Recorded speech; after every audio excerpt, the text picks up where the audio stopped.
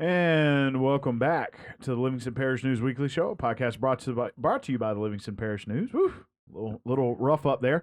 My name is McHugh David, publisher and editor of the news, and this is From the Cheap Seats, where we talk with this gentleman about what's going on athletically in Livingston Parish.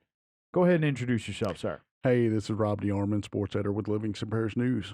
And this morning we've got plenty to talk about. We're going to flip the script a little bit. Usually we talk about volleyball first. We're going to talk about football first this time, and then volleyball.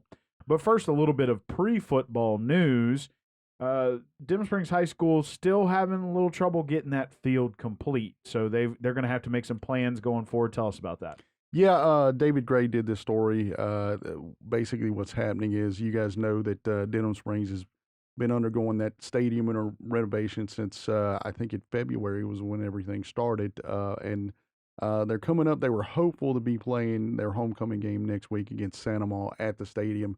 That is not going to happen. It's still being worked on. So what's going to happen is that game is going to shift to Walker High. They're still going to have all festivities. They're going to introduce the Hall of Fame class and everything. Still going to happen. It's just going to be at Walker. He spoke with Mr. Cecil Harris with the school board member, and he's hopeful that they will be able to play the last game of the season at the home stadium, the new stadium, and that will be against Walker in Week 10. That's like I said, that's a hopeful deal. I do know that they're kind of working nonstop on that deal. I think every day when I go out and talk with Coach Beard, we get through with the interview and he, hey, let's go step outside and just we'll gauge progress. And I know they are rolling. It's not that nothing's being done because they're out there every day. If you drive by, you can hear the clinking and the clanging of everything happening over there, and still working on the baseball stadium there right across the way too. So it'll get there, just kind of in time. Right. And lots of development, lots of moving parts going on campus. So let's move forward from that into football. And let's start first and foremost with an intra-parish matchup. You've got Live Oak and Denham duking it out. Well, actually, first, before we get to that, we've got 3 games on Thursday, again. And 1 game on Friday. And we'll cover which game's on Friday in a minute. But one of the questions I asked you beforehand, and you had a very quick and prompt answer to it, a lot of games happening on Thursday lately. Why is that? We've basically we've got an official shortage. Not enough officials to go around, and this is and part of this too for Livingston Parish is the fair week too. A lot of times they do move these games to Thursday, but this is the first time that I can remember. I've been here 5 years, and this is the first time I can remember having 3 games on a Thursday in back-to-back weeks, and I don't think that's ever happened. But I think it's just one of those things we're getting used to now, or getting accustomed to. Just having them. For me, I look at it as a situation. For me, as a sports writer, it gives me another chance to see a team maybe I wouldn't see during the week. That's just from my perspective. Sure, because usually all 5 teams, we either have 4 games or 5. Yeah. And sometimes they're at home and sometimes they're not, but to split them up over Thursday and Friday does give you a little more opportunity. You hate to say I'd rather, but I kind of would, because just from my perspective, you guys know I like to get out and see as many teams as I can, and obviously when they're playing each other, that's where I'm going to be. So that's where I'll be Thursday night is at Live Oak for Live Oak and Denham. Gotcha. So let's talk about that. Live Oak and Denham is going to be a pretty big matchup. It's Coach Brett Beard's former school, Coach Blaine Westmoreland coming from Albany. Tell us what these coaches are expecting in this game. This is one of those deals where you just kind of look. They're both coming off losses. St. Thomas More beat Denham Springs 42-21, and then John F. Kennedy beat Live Oak 37-27. And right now, I think for both of them, it's not looking at the rivalry so much as it is, hey, we just got to get back on track and help ourselves out. Now, does it kind of add a little more to it that you're opening district and you're playing this kind of rivalry game? Yeah, but I think they're more looking at each other, coming out of that St. Thomas More loss. I think Coach Beard is looking at us like, hey, there are teaching moments here. He said, we're trailing 28-21. We've got the ball. We've got a chance to go tie it, and they were unable to convert. And St. Thomas More just kind of goes off, scores on them. But he said that's one of the maybe the best offense that they're going to see all year. And you look at this from an experience edge. When I talked to Coach Westmoreland, first thing he said, Denham's got 34 seniors. And Live Oak is loaded with sophomores. So he said the biggest thing for them is our, you know, we got our 15-year-olds are going to have to play like 18-year-olds on Thursday night, and so that's kind of what they're looking at there. The experience edge obviously goes to Denham, but like you said, it's a heck of a way to get the district season rolling. Next man up. So yeah, that's it. Going to exactly. see what Live Oak can field against an upperclassman heavy Denham on Thursday night. Also on Thursday, Walker will be playing. Who do they have? They'll be at Dutchtown. That's one of those things. Walker's coming off a 42-0 win over Bel Air. Coach Mahaffey he liked the way the defense played last week. He said offense may be a little bit sloppy in some areas. He looked at penalties. He said that was a big concern for him.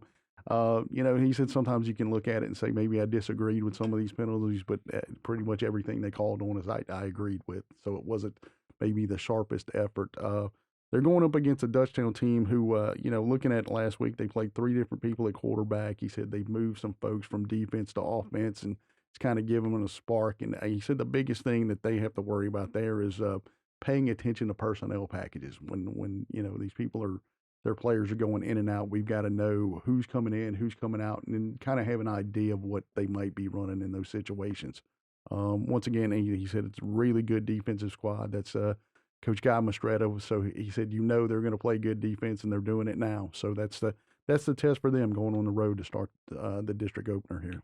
Yeah, and interesting. What I want to comment on what you just said. A district opener against Dutchtown. Want to remind folks that district shifted. Yes, correct. And this is one of those things that you get so used to 4 or 5A in the former configuration. But I think part of the deal in talking to the coaches is Livingston Parish and Ascension Parish, that the schools kind of match up in terms of, I guess, philosophies and how they see things and how their communities kind of support the teams. And a lot of it, as a matter of fact, I was talking to Coach Beard, and you've got Santa Maria and EA playing on Friday. So he said, since we're playing on Thursday, I think I may go to Santa Maria and EA. And I told him that's one of those games that if I'm not working on a Friday, which, that usually doesn't happen, and they're playing, I just want to go see that game as a fan, just to take in that atmosphere, and talking to Coach Beard, he's big on going to different places. And, St. Thomas More was one of those places. He wanted to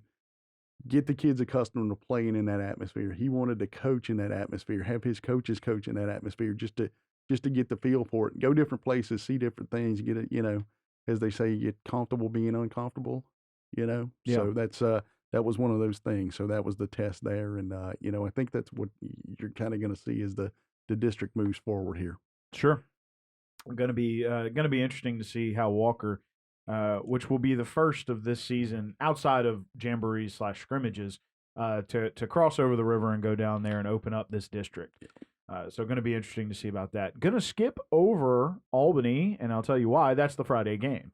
Yeah. So we'll come back to them in just a second. But the last Thursday game is going to be Springfield, who is between being banged up or sick. They're in a rough spot. It's one of those deals where, I talked to Coach Surpass yesterday, and you guys know I try to go out and visit the schools, and, I called him yesterday just to make sure. And I said, "How you doing?" And he's like, "Flu bug." And I said, "If you don't mind, I'm sitting this one out." And he said, "I don't blame you. I don't want to bring the flu bug," but that's what they've got injuries and the flu bug going on. One of those injuries is to Jatoris Buggage, their running back. He said he's questionable right now. Don't know if they'll see him Thursday or not. And that's one of those deals. He said we're as a 2A school, it's not like we're maybe a 5A to where we've got, we lose a senior who's a starter and we've got a junior who's ready to go right behind him. They're not in that situation. A lot of times, he said you're having to bring a freshman straight up and say, okay, it's your time. And so he's kind of looking at that as a positive, being able to play those young kids and get them some time. And he kind of tipped his hat to him. He's like, we're in that situation where they just have to play. And here we are. They just go out and do it, and he knows they're going to be facing a really good team in North Lake. He said they've kind of, he said when he saw them against Albany earlier in the year, they were more of a hey, we're just going to run it right at you type team. He said they're starting to kind of spread it out now and kind of get a passing game going. So that's an aspect they're going to have to pay attention to. Going to be interesting. And is that still a district That's game? a district opener for them too. Okay. Yeah. So moving up north, last but certainly not least, will be Albany. And again, they're playing on Friday. Who do they have?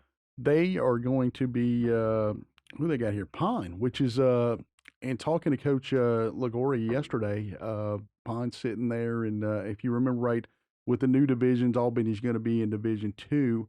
Pine is in Division 3. So basically, all of the teams in their district are not in their division the way this thing played out.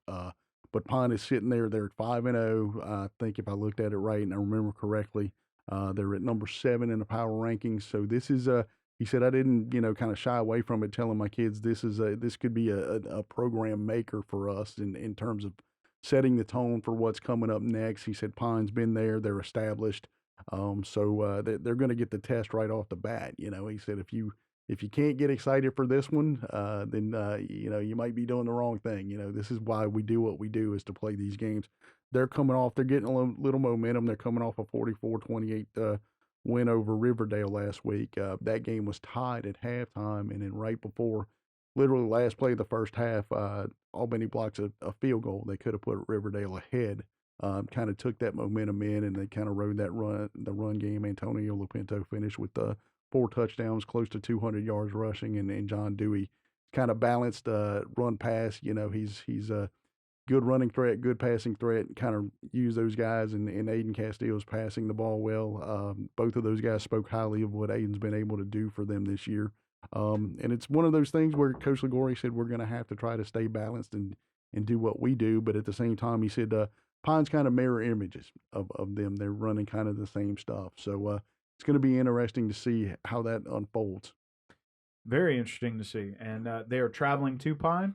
No, that'll be at home for them. Oh, good for them. Good for them, because going to Pine is a journey.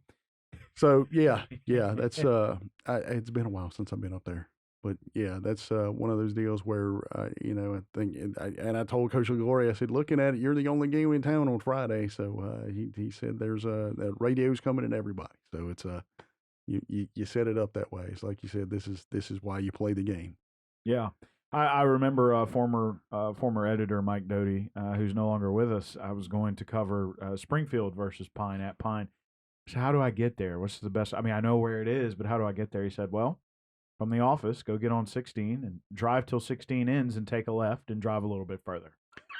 That's pretty much it. I was like, wow, that's fascinating. And that is pretty much what you go do. You drive to Bogalusa from here on 16, and then you take a left and you drive about 25 more minutes. That's pretty much, yeah. It's a very interesting vista, though. Not really what you see here, because it's up in the hills, and it's built kind of on a plateau, and then you see a lot of hill country going out into Mississippi. It's kind of, if I remember right, the way going to Sumner, you would get to that point in the rain. You either you take the right on the highway getting off the interstate, or you take the left. And I think the left would put you to Pine, and the right would go to Sumner. Sumner's got a lot of the same views, I guess. It's and their stadium's kind of like it's kind of sunk in. You kind of got a hill on one side, hill on the other side. But I think they call it the hole, actually, because of the way that stadium's set up at Sumner. It's interesting vantage point. And, I always like going out there too. Yeah, it is pretty. It's pretty. Very nice. Very a lot nice. of pine trees. Shocker. Moving into volleyball after that terrible joke. First and foremost, I see what you're trying to do there. We're going to start with the upstart Doyle Lady Tigers. Finally suffered, I believe you said, their first district loss. Yeah, just found that out. But you've got some other results for us, so let's start. Yeah, I'm going to jump back to Monday here. We got some district stuff going on. From the 5A district, Live Oak beat Walker on Monday, and Cinema got a win over Denham Springs. The big one here was Doyle got a win over Springfield. That put them at that point at 4-0 in the district standings. They played St. Thomas last night and lost. As Coach Burns texted me right there.